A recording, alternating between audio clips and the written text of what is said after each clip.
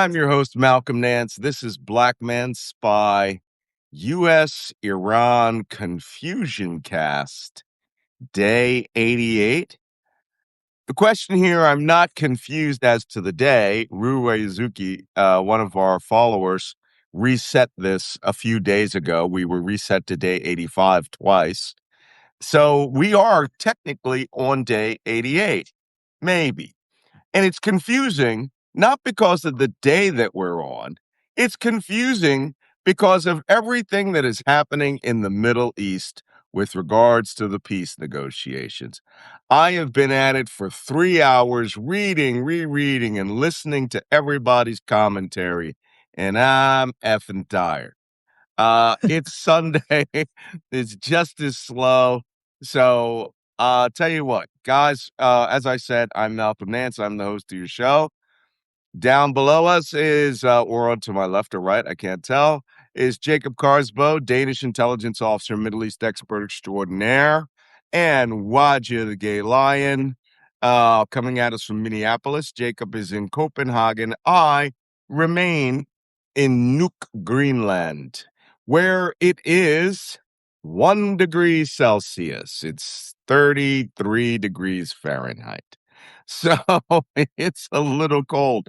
But unlike yesterday, the clouds are lifting, the fog is lifting, and we're probably going to get some sunshine today, which will help me do my tour of Nuuk later on. In fact, I got my data unscrewed, which means that I can do a live cast tour of Old Nook for I'll see who I can do it for. Maybe just paid subscribers. I don't know. I haven't figured it out yet. But you know why? Because I went out, by the way. Jacob will appreciate this. We had dinner with our good friends Anna Marie and Carlos. Okay, how's Carlos, Carlos I have the doing? medical issue. Our good friend Carlos suffered a medical emergency when we left. He went to Copenhagen Yeah. for a heart procedure, which was a balloonoplasty, where they open an artery by sticking a balloon through your artery and then raising it. He is completely in the clear now. And it's nice that our friends here, we take care of him, because I've been asking for him for weeks and weeks and weeks and weeks. So that was great. We had a great dinner. And now today I'm going to have coffee with Orla Yolson and his family. And we're bringing hold on, our Canadian fudge to a house full of kids. They're going to be bouncing off the walls when we leave. They're going to be really bouncing off the walls. Oh, there's William from Monterey. Wow. I loved Monterey when I lived there. Anyway, so it's a slow day because it is Sunday in a very religious country. This is a very Christian country. I think it's, are they Lutherans up here, Jacob? Yeah, most people are. They've had their own religion, but have adopted the Danish church. Yeah, most of them are actually. Okay. All right. Well, a very religious country. Nothing happens here on Sunday till noon. It's very slow, but it was a very exciting Saturday night because, as you know, the sunset is officially at 12:30 a.m. It's officially at 12:30 a.m., but the sun doesn't go away till about 2:30 in the morning. But it doesn't go away. It just has a sunset to where, like the sun is just past the mountains and it's still light, and that constitutes sunrise. So sunset is about 2 or 3 minutes. It's And just that's below the sunrise. horizon for a few minutes. Yeah. Now, if those mountains weren't there, like when I was up in the north in Ilulissat, it never sets. It just sits in the sky and skips over the water and then stays up. And literally, you got to have blackout curtains. We're getting into spring, and in the spring season, the sun remains high most of the summer. Nighttime is for winter. when we were here in January, and that's we saw the aurora borealis every night. It was great. The problem is that people were out walking, talking, having a grand old time at 4:30 this morning, and I could hear them through the windows. So needless to say, I was up at 5, which is fine. So I got a nap in the middle time, but I spent an enormous amount of that time trying to figure out what was going on. So we have a few more minutes to get up to 1,000 followers. I hope we don't break 1,000 followers. I hope everyone's taking the day off from this and realizing it's just craziness. So let's see where your mug. You got your Russian warship go F yourself mug. Yeah, Idi Nakhoi. After the Russian attack on Kiev using Oreshnik missiles, I think it's about the ninth largest attack that has been on Kiev throughout this war. So it's a good day to say fuck you to Vladimir Putin, I guess. That was Wrapped why I up grabbed says, the. That's why I grabbed the Ukraine mug. okay. Wrapped up follower, wrapped up says, it's 86 days. Good God, I can't keep track of it. It's Yeah, and I mean we literally have a sheet of paper for every day. So okay, maybe we did 2 days on the same day or doubled up yeah. or added. I don't care. Because you know what? As soon as this document is signed for peace, we're gonna reset this to the peace cast day 0, right? Mm.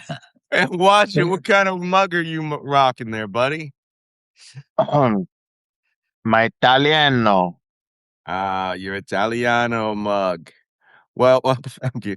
One of these days, I'm going to have to, like I said, we're going to have a big, long discussion about our mugs. And, let me see what kind of mugs I can find you guys here. But apart from that, I'm using, of course, an IKEA mug. I'm in a hotel I keep- apartment. So the same mugs at Jacob's guest house are here without the little flourish around the top. yeah. All right. These It's are like, IKEA 87-cent mugs. You all know yeah. that. Every one of you has owned a set of these mugs at some point. But I do have some favors that you cannot get at home. And one of which is this umiak chorizo. Umiak is musk ox. Must Musk ox chorizo. chorizo. I'm Do working my they way through the musk ox snacks right now. Yeah, do they sell yeah, the musk over there as well? The ox, musk ox. Yeah, they call it musk ox because they take musk out of it. No, no, I No? don't. Okay. I don't think so. But I don't know. But it's huge and delicious.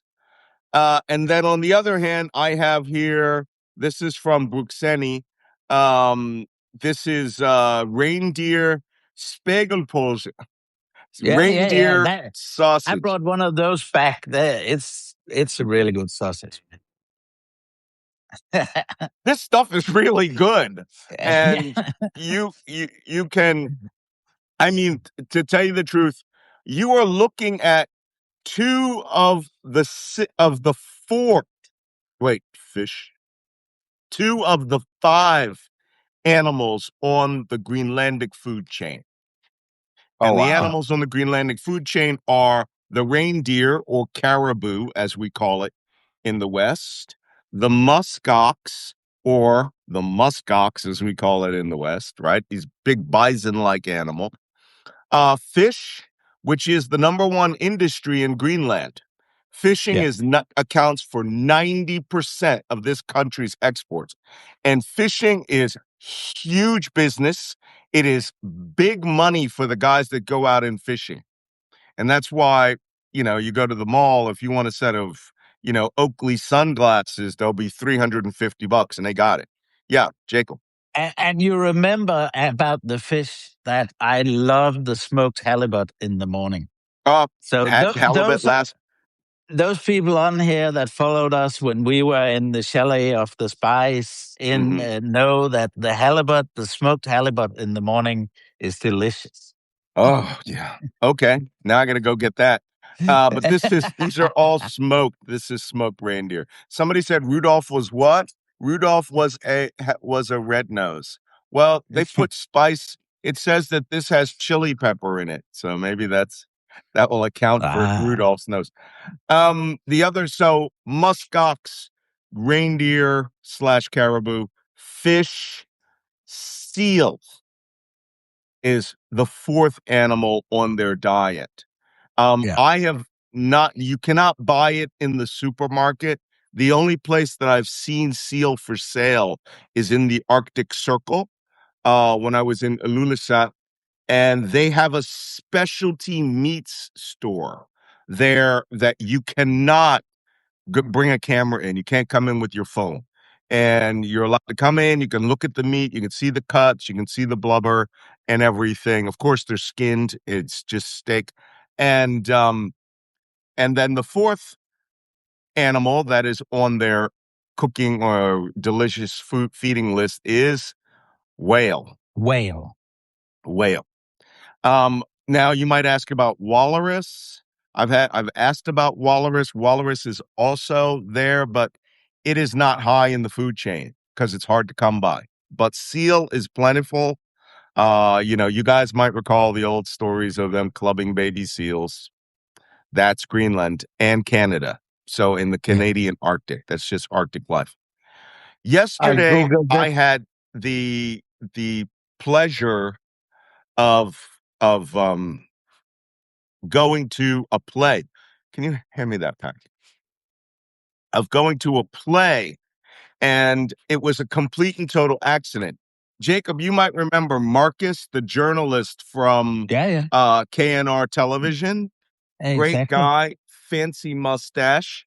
Uh, uh, I ran into him, and we were going into the cultural center just to take a look at the cultural center, and they were herding all these people into the theater, and we were looking at the sign, and they said, "Hey, would you like to see a play?" And I said, "Yeah, I'd like to see a play." And they said, it's a full dress rehearsal. And so we go in, we sit down, and it as I'm sitting down, I realize Marcus is the person right in front of me with like four or five of his friends, and everyone other than me, everyone other than us were Greenlanders, right? And so Ah, we sit down because Marcus, even though he looks Danish, he's a Greenlander, right? Born here, raised here, speaks perfect, because he's a native Greenlandic, or Kalaalleq, as they call it. And the play was incredible. And the reason I'm mentioning this is, oh, we just hit 1,000. The reason I'm mentioning this is it's coming to Copenhagen next week. You cannot miss this play. I'm going to ah, send you, it's short. I'm going to send okay. you the photograph and the propaganda for it. I took a photo with the two actors, just two actors, a man and a woman. I never heard, never, never got involved in a play so fast than this one. And if you guys give me one moment, I'm going to get you the flyer for this play so that you can see it, which I hope. While you're looking for the flyer, I'm just to let you guys know, I'm a fragrance connoisseur. So I know my musk animals. And I did Google it. The ox musk is Ox named musk. after Ox musk is named because that animal is the animal that produces musk.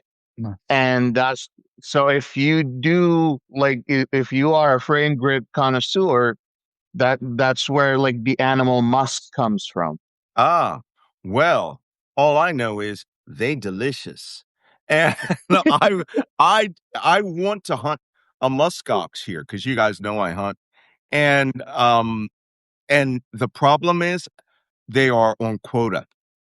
And right now the quota is insanely low. It's it's like 100 per year. Now, last year was also 100 per year. 2 years ago, they had 400, right? So everybody was out shooting muskox.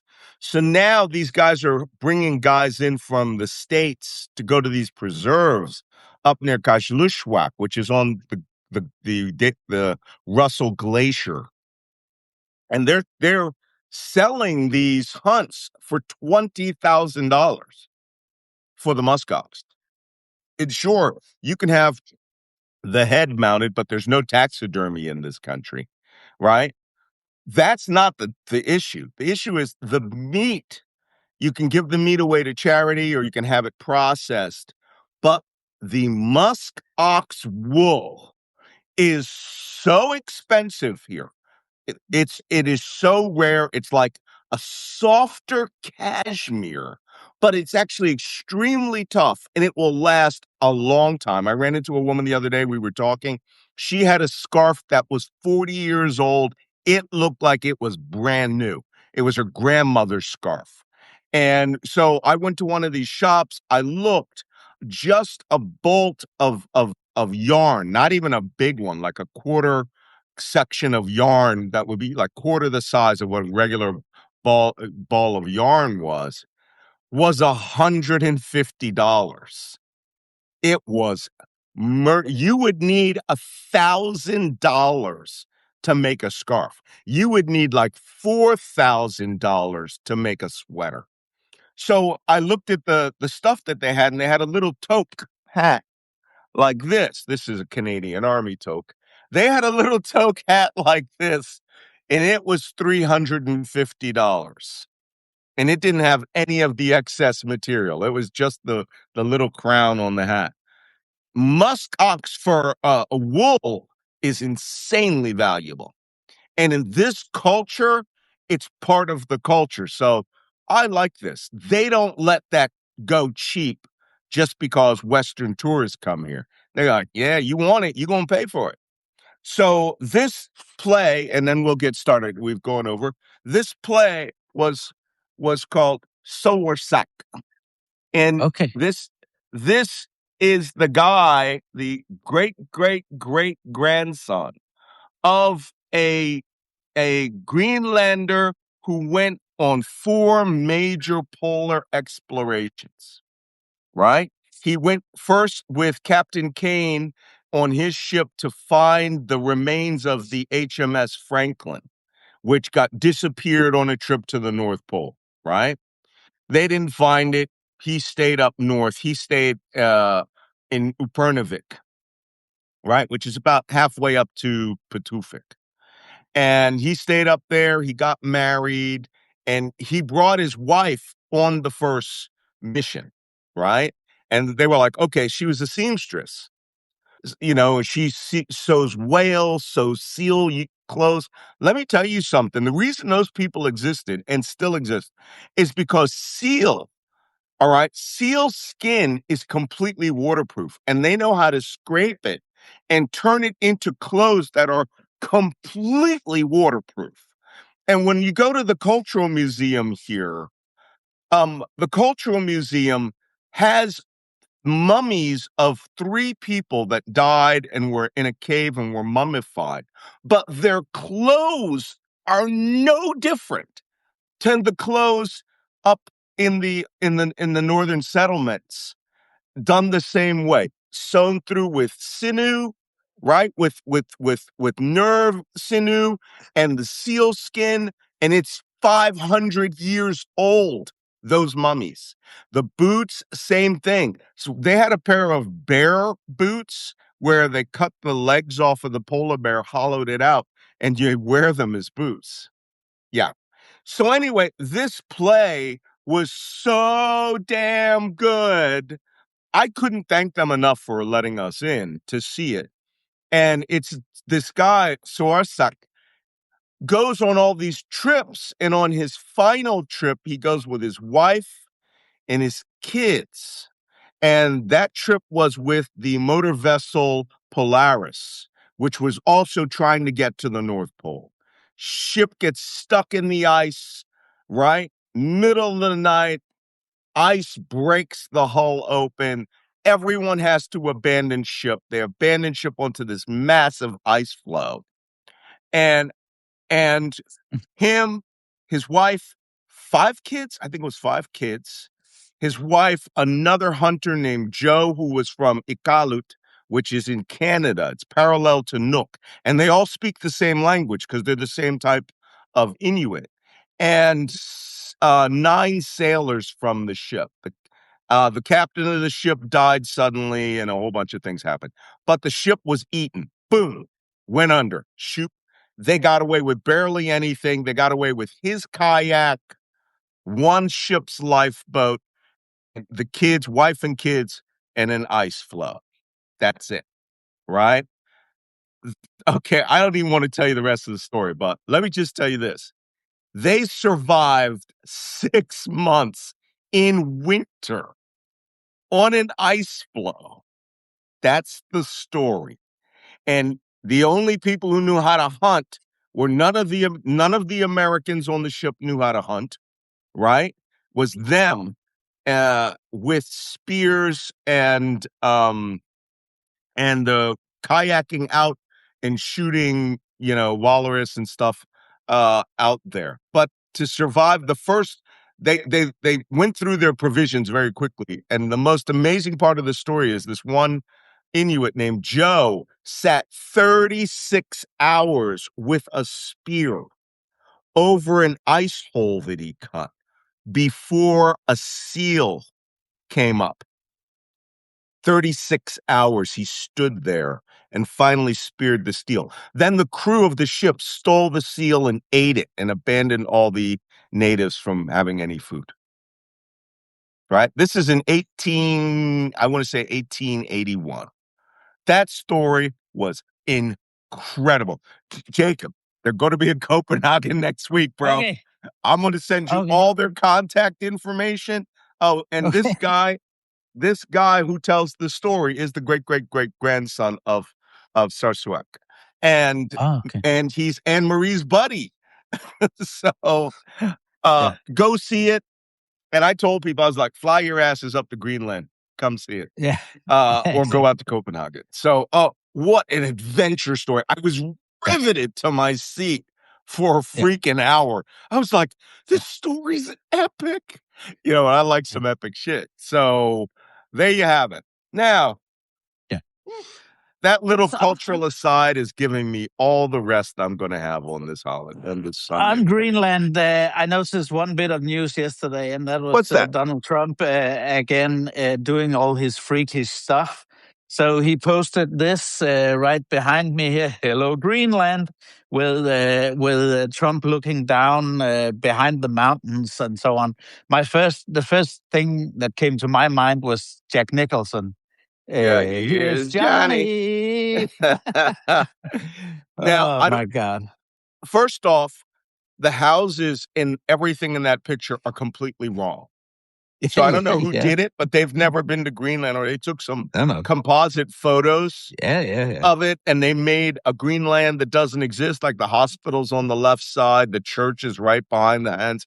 It's like, what the fuck? You've never been here. You flipped that thing backwards. But there's another version of that where they replaced Trump with Jeffrey Epstein. And it says, hello, Donald.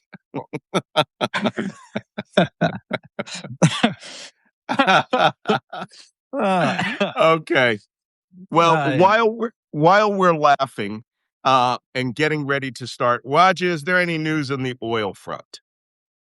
No, it's weekend. It hasn't hit the weekdays. You better check it. There might have been Chinese markets. The Asian markets might be opening. The Asian market looks, yeah, it's, so if we're looking at India, for example, they're only up 45 cents. And that is up, but it was not updated until like 3 days ago. Mm-hmm. And yeah, so the system update doesn't specifically for India is late 3 days. So if you have the West Indian Texas price right now, and crude and everything is still where it was, exactly. which was on the way up, if I'm not mistaken. It's a good dip and then was coming up. Give Yep. me a minute. I'm getting ready to bring up the Substack chat. As you guys notice, even though the show ends, I do go back and answer most questions. And then you have the opportunity to go to Wajeeh's or Jacob's Substack chats as well. Yeah. Oh, why am I in junk email? Well, that's not Yeah. correct. So, let's talk about The MOU. what I wrote on my notes was WTF, deal or no deal? Or concept of a plan. Concept of a plan. Okay. When we last, I'm rubbing my head because one, how many times do we have to be suckered by this, right? Yesterday we talked that there was this imminent threat of war about to happen on Friday, right? And then come Saturday is all the talk, we're going to have a deal, right? And then all of last night and most of this morning, I have been checking the news up to 10 minutes beforehand, right? So if any of you see any breaking news, like the deal is signed, let us know. But this memorandum of understanding, which started out as a letter of intent, has upgraded to a memorandum of understanding. Once again, we get 3 different versions of it, right? 3 different versions. The main version comes from who? Barack Ravid. Barack Ravid at Axios. This is the version that came out about 4 hours ago on Axios. The details of the deal from people who were involved, deeply involved. In other words, Rubio called his ass and told him what his version of events are. So here's the quote, the money quote. It's nearly finished. And as soon as Marco Rubio comes out and Trump come out and say it's nearly finished, up pops Donald Trump, who makes this statement last night. He said, this deal, oh, wait for it. Wait for it. Is a solid 50-50.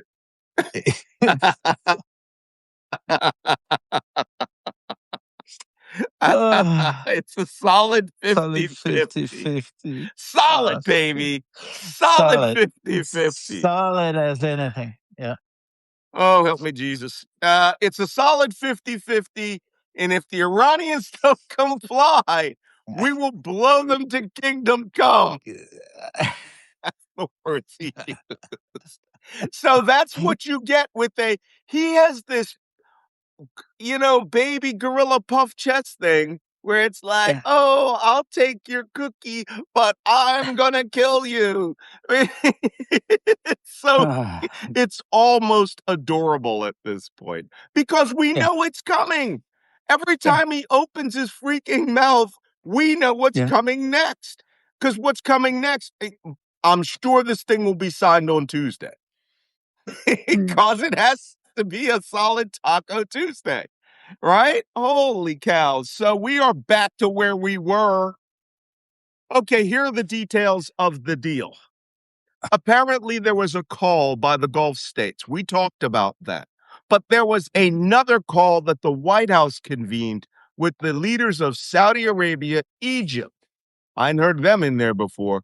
Qatar, Pakistan, United Arab Emirates. They left out Kuwait and Bahrain like they don't count. Yeah. Right? They had a call with Trump and emphasized that this war had to be stopped because the region technically cannot take any more.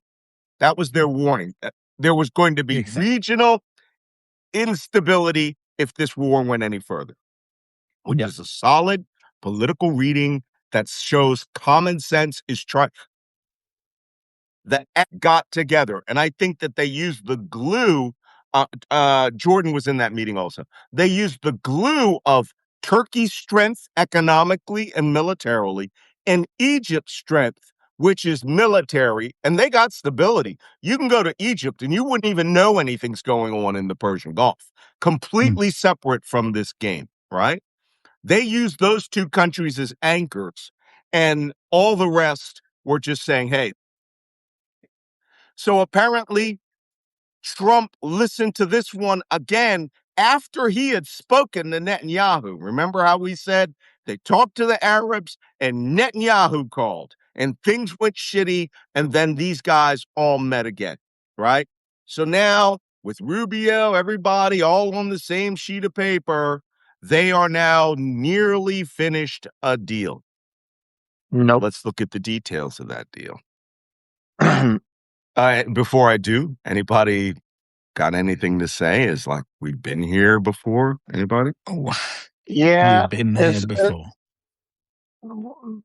I don't know, like, the details of the deal. From which side is this going to be?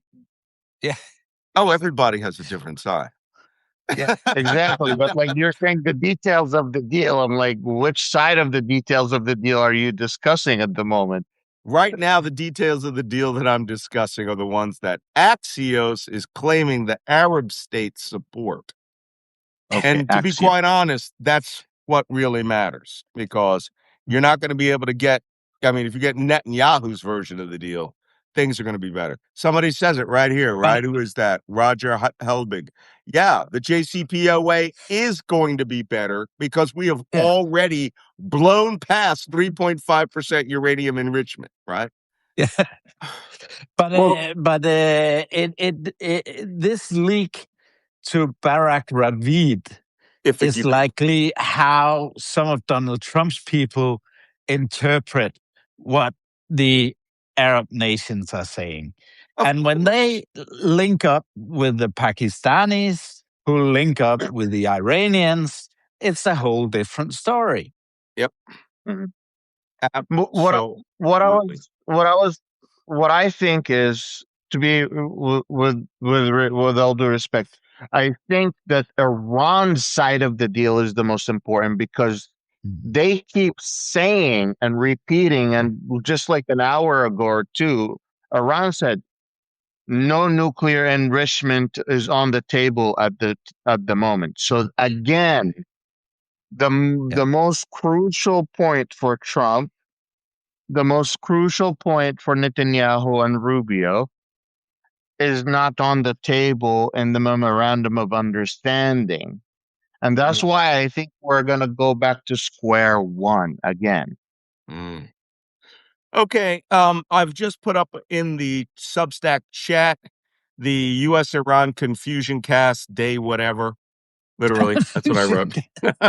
Who gives a that's a good bros, title. all I want to do is get back to day zero. I'll accept it. So let's reset this whole thing. Post your questions inside there, and I'll answer your questions. And make sure that let's try to keep these questions to the Iran and the Persian Gulf today, because if we have to take on everything else, like the bombardment of Kyiv and all the rest of it, we'll all go crazy. We all know Kyiv got bombarded with one of the largest blitzes in their entire history, 600 missiles and drones. 600 missiles. It was more than that in drones. So it was 600 drones and a higher number of missiles than usual. Yeah, Name they got a lot of hits in. So we'll take that on tomorrow. Yep. Okay, here are the salient points, ladies and gentlemen. They will have agreed to, both parties will agree to, a 60-day extended ceasefire. Not 30 days like we heard yesterday. Not 10, 1, not 2, not 3, 60 days. Halas. 60 days. Halas. I throw my hat off. Yes. That ceasefire, it will go very long.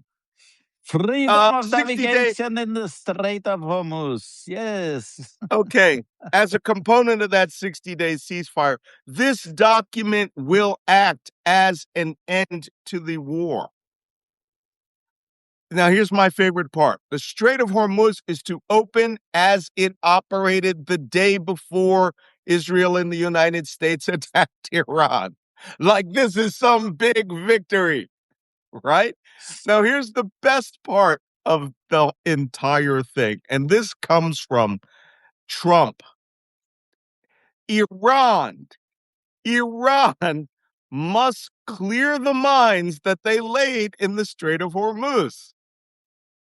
Now, I recall Donald Trump many times reporting that the Iranian Navy had been utterly and completely destroyed and that there are 154 Iranian Navy ships laying at the bottom of the Persian Bottom of Gulf. the ocean. Yeah. So, first off, I recall I fought the Iranian Navy and the Rev Guard Navy. I don't recall them having any minesweepers in their inventory.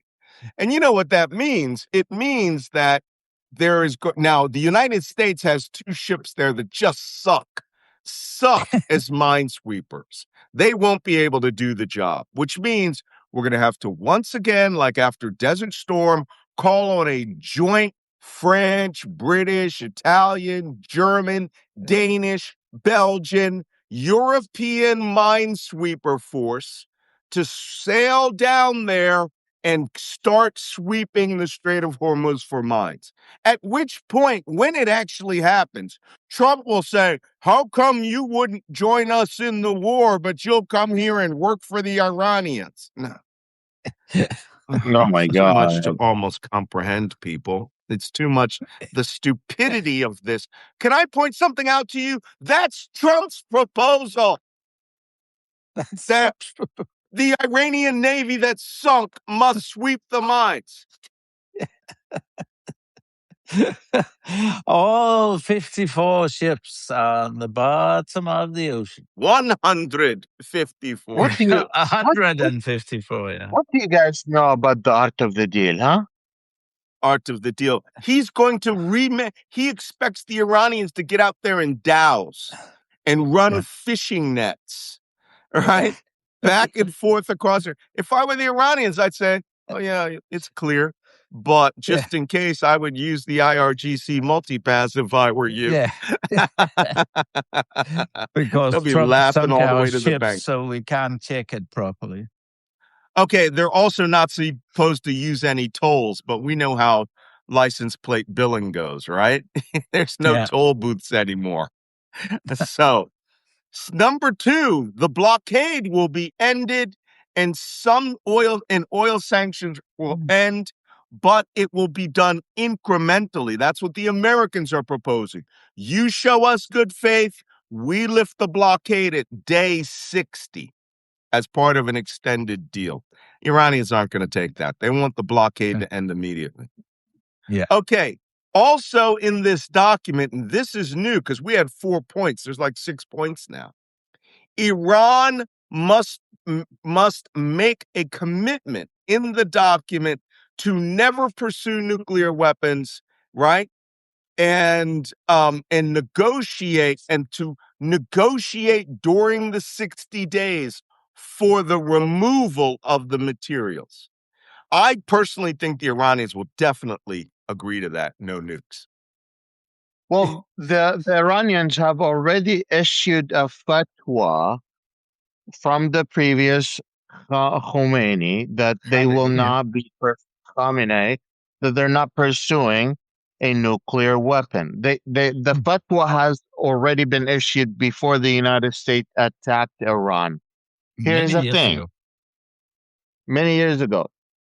Now this is off the table. The reason is because the fatwa was thought going to be preventing Western countries from attacking Iran and attacking Iranian nuclear infrastructure.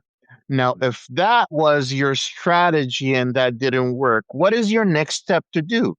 It's the exact opposite. Now your strategy is, well, if North Korea did that and you didn't attack them, if China did that and you didn't attack them, maybe I should have my own nuclear bomb so you can stop attacking me too and start talking to me with respect.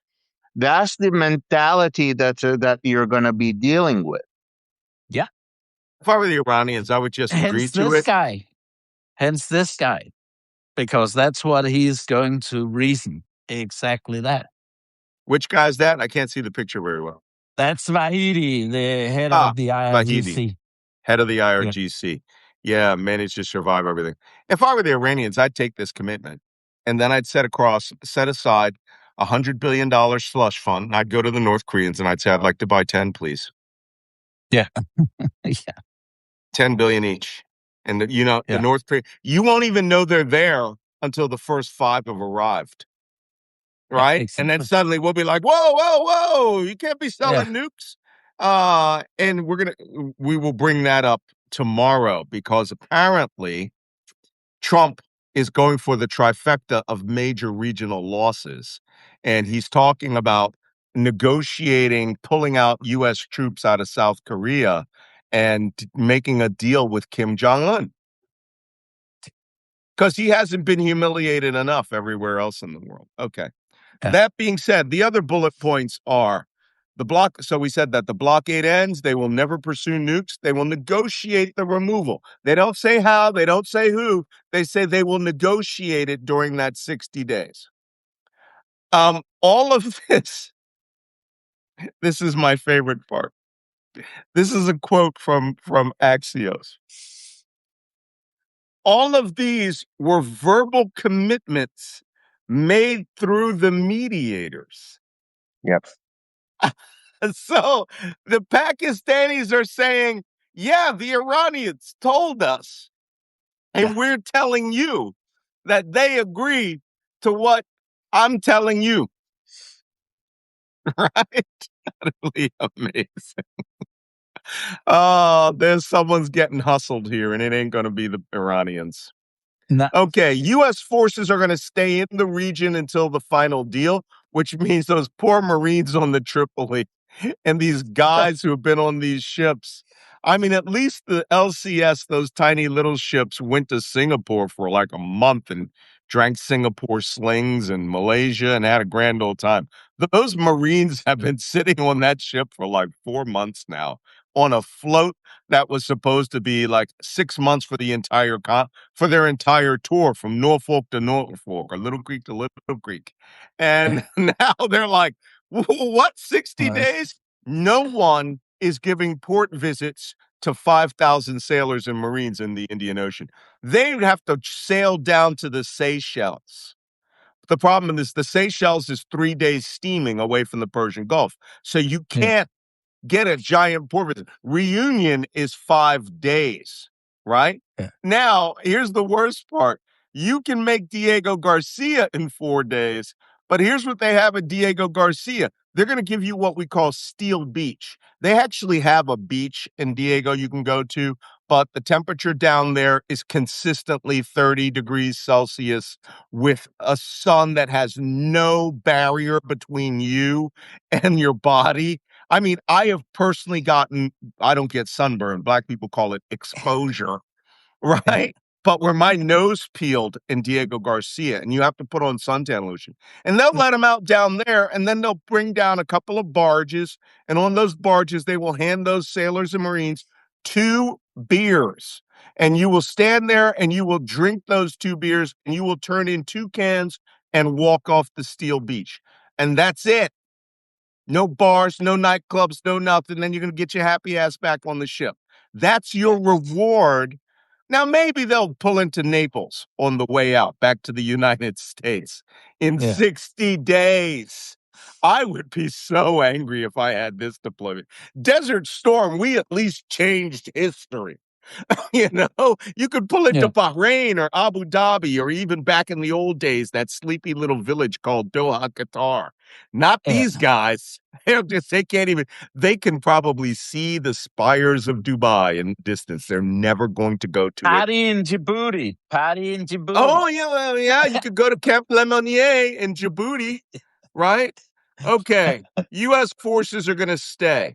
The final sticking point was that This agreement would also constitute an end to the Lebanon War. Mm-hmm.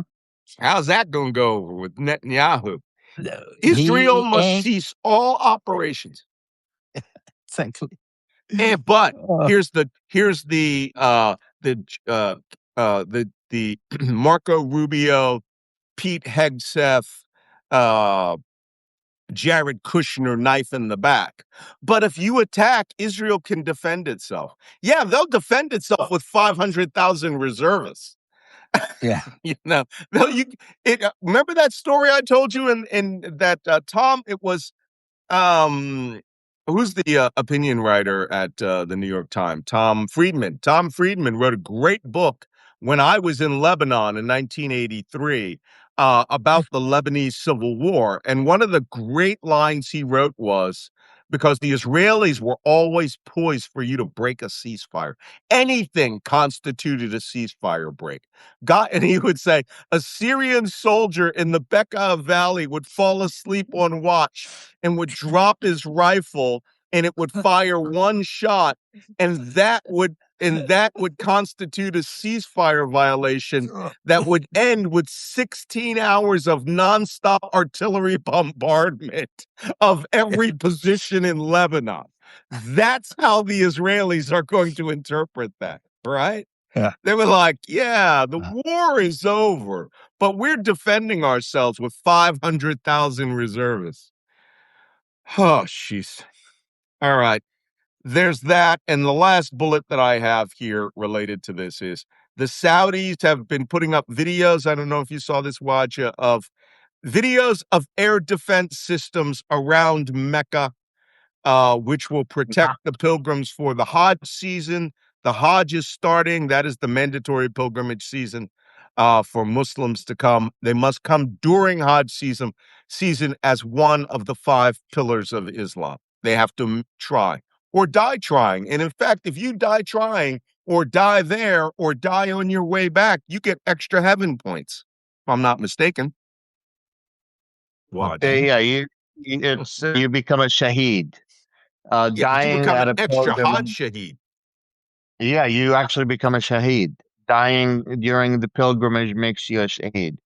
Yep. Um, which, but every season, every year, the Saudi government does a propaganda security demonstration, more look that looks almost like a James Bond, stunt actors on in the background, where they're dropping from walls, or breaking into car windows that are obviously not car windows, that they have changed into that you can punch in your Oh hand yeah, and they're security MMA, right? Cops, yeah, that's SWAT right. cops jumping feet first through car windows and taking Exactly. down buses. Like, don't even think about it, terrorist, terror this. Yeah, Somebody made a we mistake up can there. It take is it not, you do not get 172 versions if you're a Shaheed, you just get 72 or access to them. The problem is they're all Catholic nuns. So they didn't say what kind. They didn't say what kind of virgins you have. You're gonna get there, it's a bunch of gamers. Okay, let's not make fun of other people's beliefs. So the Hajj season is starting, and hopefully the Saudis want this all to be peaceful. Everybody wants this war to end. Commentary, gentlemen. Beliefs. One commentary on beliefs is it's always good to get extra heaven points. Let me tell you, don't knock any religion. Don't knock any It- religion. You never know exactly. It's when always good to get extra heaven points, when I went to regardless of your religion. when I went to Bhutan about 10 years ago, I thought I was in really good shape, right? I was in my young 50s and I thought I was in really good shape. I was running all the time. I did weighted pack runs, all sorts of stuff. So in Western Bhutan, there's this town. You fly into a town called Paro. That's where the airport is. And the capital is way off, called Thimphu. But near Paro, there is a shrine at the top of a mountain called Tiger's Nest, right? And what it actually is a crack, a pinnacle between the main mountain, and this pinnacle. And down in there was a cave where a tiger was actually hunting people from. And they built a beautiful, beautiful monastery on top of it. But to get there, you got to hike up that mountain, right? So I'm like Papa Smurf, right? I'm going up the mountain like this. And about halfway up, there's a rest area, and I was dying because there's altitude, there's attitude, and then there's lack of intestinal fortitude, right? The three toots that kill you on a mountain. And so as I'm going up on the final leg, I'm dying, right? I've got two poles and I'm going up like I'm dying. Some like 85-year-old woman comes blazing by, like, wow, right? And gave me one sad, pitiful look, right? Like, well, I guess this is why we don't see Africans on this mountain. And altitude sickness. No, this is a local Bhutanese woman. And they go up there to go through the pass. So I get up there, finally I get there, and there's a giant waterfall, and you look down, and the rest house down at the bottom is this big. And I get up there, and my Sherpa who came with me, my guide, says, first, I have to go to the shrine and pray. I went in there, I prayed with him. You know, I mimicked him. I prayed with him. I was like, I could die of a heart attack here getting up to this Yeah. place. I am now Buddhist. I am agnostic on this. I am whatever you are because I'm not dying on this mountain because I just earned that coming to this monastery. I'm going to treat it right. You should respect every religion because you never know, right? You never know. You could be in South Korea or you could be in Mongolia and you might want to get that last prayer in. So anyway, just, I, just in case. I prayed my ass off until I got my breath back, right? So, and then I hauled ass down that mountain, man. I flew down that thing. I wanted to get into a bed and have a hot tea and not think about it.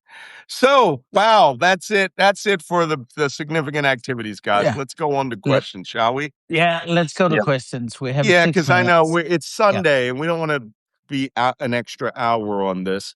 Let's everybody go and worship in their faith. For some of you that who knows. Okay, Bobby, I will answer your question on Taiwan offline. Michael Kirshner says, if a MOU is signed, will Israel discontinue its bombing of Lebanon? Well, apparently, part of the deal is they have to take it. Oh, that Yeah. Barak Ravid's article placed a lot of emphasis on how Trump was standing up to Netanyahu. He does not like this talk that Yeah. that Netanyahu led him into all of this. So you could almost hear Trump calling him, Bibi didn't tell me to do this. I'm the big boy. You know, okay. Do we really think that anything can get done without Israel, Lebanon being in the mix? We just talked about that. Or do we try to do a delay on that like they're going to delay on the uranium?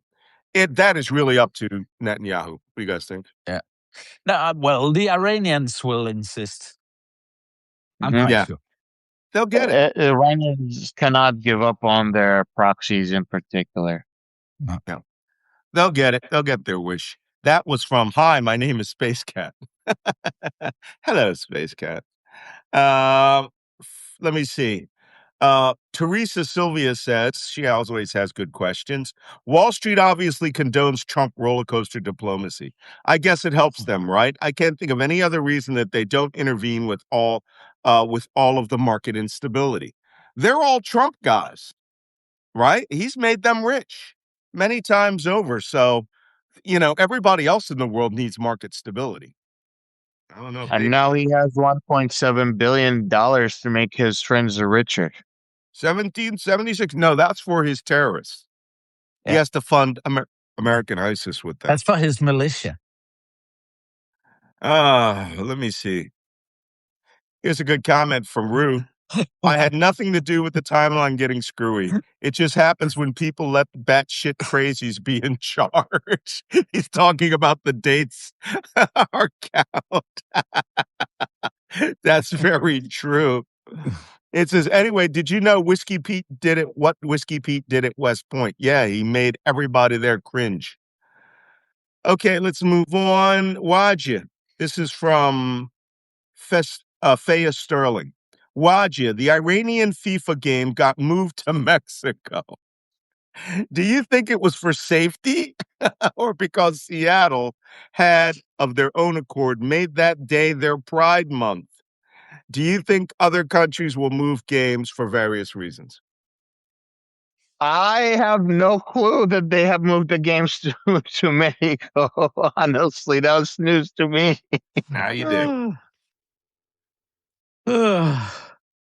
I pay my sport is politics, so I don't watch sports. And when I watch sports, it's either with the World Cup or the Olympics. Mm-hmm. Several people have asked, starting with Donna Bob, do you think Israel's going to go along with this plan, or they're just going to go out and blast things? Ugh. There's a lot of pressure on, I've already noticed, on this extremist Israeli government from someone that seems to be even more extremist, that they should just go ahead and level all of Lebanon, etc. So let's see what happens. But I think, at the end of the day, they'll have to find some way to accommodate Trump at the end of the day. Let's be honest about something. Let's be frank here. Netanyahu cannot have Israel at peace. Nope. He can't. They will start going, hey, wait a minute. Weren't you a criminal that we were supposed to be putting into jail? Yeah. He's going to need to double down on Gaza or something, or invade Syria. Yeah. A bit like Trump and a bit like Putin. Yeah. And even the Israelis that are protesting. So I have a lot of friends in Israel. I have a lot of Israeli friends who are not in Israel. And anyone who has been criticizing the Israeli government or Netanyahu has been either blacklisted or have been attacked by the Israeli government, especially about this war. Mm-hmm. So there's a lot of you're right, a little bit like Trump and a little bit like Putin. Yeah. But honestly, I think it's super interesting to see in the US and the MAGA movement and the GOP Iran hawks and so on, because everyone is after Trump on this one, because it is just a disastrous capitulation. So regardless of what happens, it'll be a lose-lose proposition. Well, as if not to screw things up enough, while we were talking, our follower Lou found this post that was put up by Donald Trump, and I just checked it against ChatGPT, and it's real. Okay, I'll put this up here. Oh, shit. What? Oh, yeah, I saw that. Yeah. That's from... Was it yesterday? I think it was yesterday. Yeah, it was yesterday. Halas. Can you believe this? Iran now is America. Okay, we really needed that thrown into the negotiations, guys. Speaking of which, I don't know if you noted, but there was a report from Faris News Agency, which essentially speaks for the Iranian Foreign Ministry, that said interloculators from the American side told the Pakistanis to tell the Iranians that post by Donald Trump should have no bearing on what the negotiations are, because they are done for the consumption of his base and the manipulation of the U.S. news media. Did you see that report? It's on X. You can go look it up. It's from Forest News Agency, but they're essentially saying, pay no attention to whatever Donald Trump tweets. That's not going to be part of this negotiation. Okay, the president. Yeah, exactly. And also all these allegations about the nuclear file and its inclusion in the MOU, the spokesperson also came out from Iran and said, don't believe that shit. Yeah. Couple of questions about the multipass. Yeah, I think the multipass system will continue even if it's open. Like I said, the IRGC will be doing tollless billing. Well, they have established, Iran has established the Persian Gulf Strait Authority. Right. And it has been officially at work. And they call it, as it's supposed to be, the security system that will be providing the ships with safety and security to pass the Strait of Hormuz. But, you can read between the lines. Yeah. Okay. And will Chinese ships be allowed to pass the SOH without paying $2 million toll charge? I'm sure that's an unspoken rule, right? Yeah. They need every dollar of oil going out there. Yeah. Okay. That is a lot. There's a couple of questions there that are not related to the Persian Gulf. I'm going to answer those offline. You can still post questions down there. I answer them throughout the day. Yeah. Guys, let's take... Oh, well, we're actually 3 minutes late. Let's have a good Sunday. For those of you who are watching this on YouTube, this is happening live every morning, 9 a.m. at malcolmnance.substack.com. You can subscribe to Substack for free. Please, if you can, become a paid subscriber. Move that subscription over. It's $7, folks. You get good intelligence. Jacob Carsbo, same thing. Wajeeh Alliance, same thing. We will see you tomorrow. Hopefully, we will have more clarity from this and we can reset the days and start the peace cast / geopolitical cast where we will start discussing the whole world. Or Worldcast. Somebody recommended that yesterday. Worldcast. If you are available, I need your help to reach 10,000 subscribers. It's free. Man. Please just help me reach 10,000. I'm so close, so close. Yeah. You just press that rondelle up there that says Black Man Spy. You press that and a box pops up from below. And if you're not subscribed to them, you just press the button, subscribe, and you're subscribed to both of them. And it's that I'm easy. inching to 11,000. Inch away. Great. Come on. All right, guys. Sun's going to come up here or come out. And we did. Oh, by the way, Jacob, we had snow last night on the mountains. So it's back to the way it used to be. All right. See you all tomorrow. Take care. Tomorrow, have a good guys. Sunday. You Bye-bye. too. Have a good one. Bye-bye.